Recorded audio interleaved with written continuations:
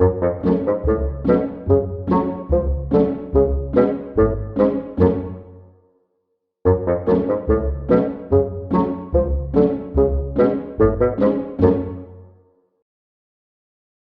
there everyone. Welcome to Fingers, Fums and Fits.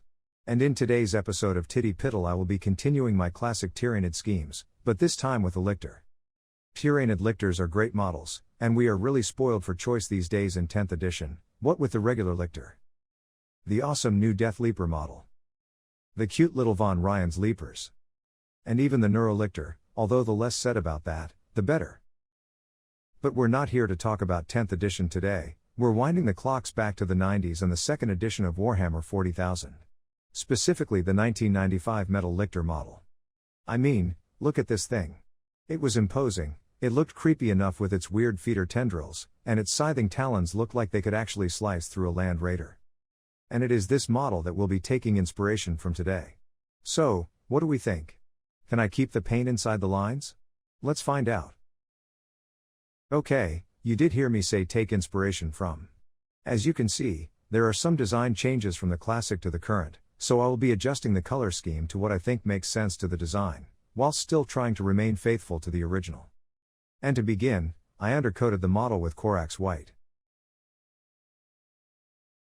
And then painted the majority of the flesh with Altdorf Guard blue, leaving the ligaments and musculature white for now. The blue skin was then washed with Drakenhof Nightshade. And when that was dry, the ligaments and musculature was painted with pink horror. Its claws and talons got a coat of Abaddon black.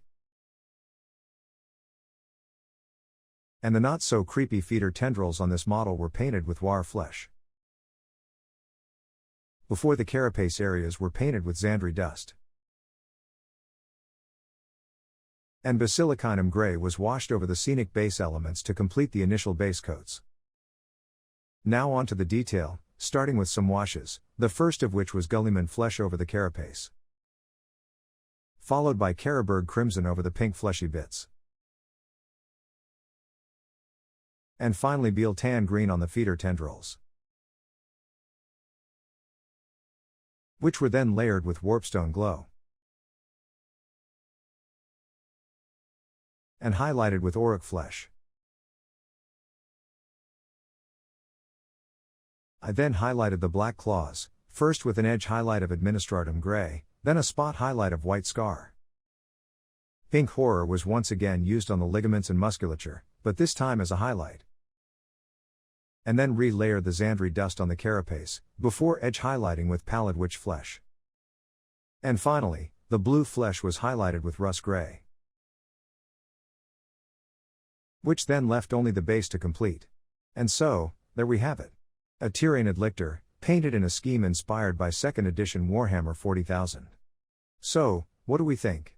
Did I manage to keep the paint inside the lines? Please let me know in the comments below. Thank you so much for watching, and I hope to see you again for the next one. Have a great day everyone, and I'll see you later. I'd also like to give a quick shout out to my friends at the Nerd Hut in Ipswich. They have a great range of all things nerdy and gaming, so if you ever happen to be in the area, do drop in and say hi, and see what they have available.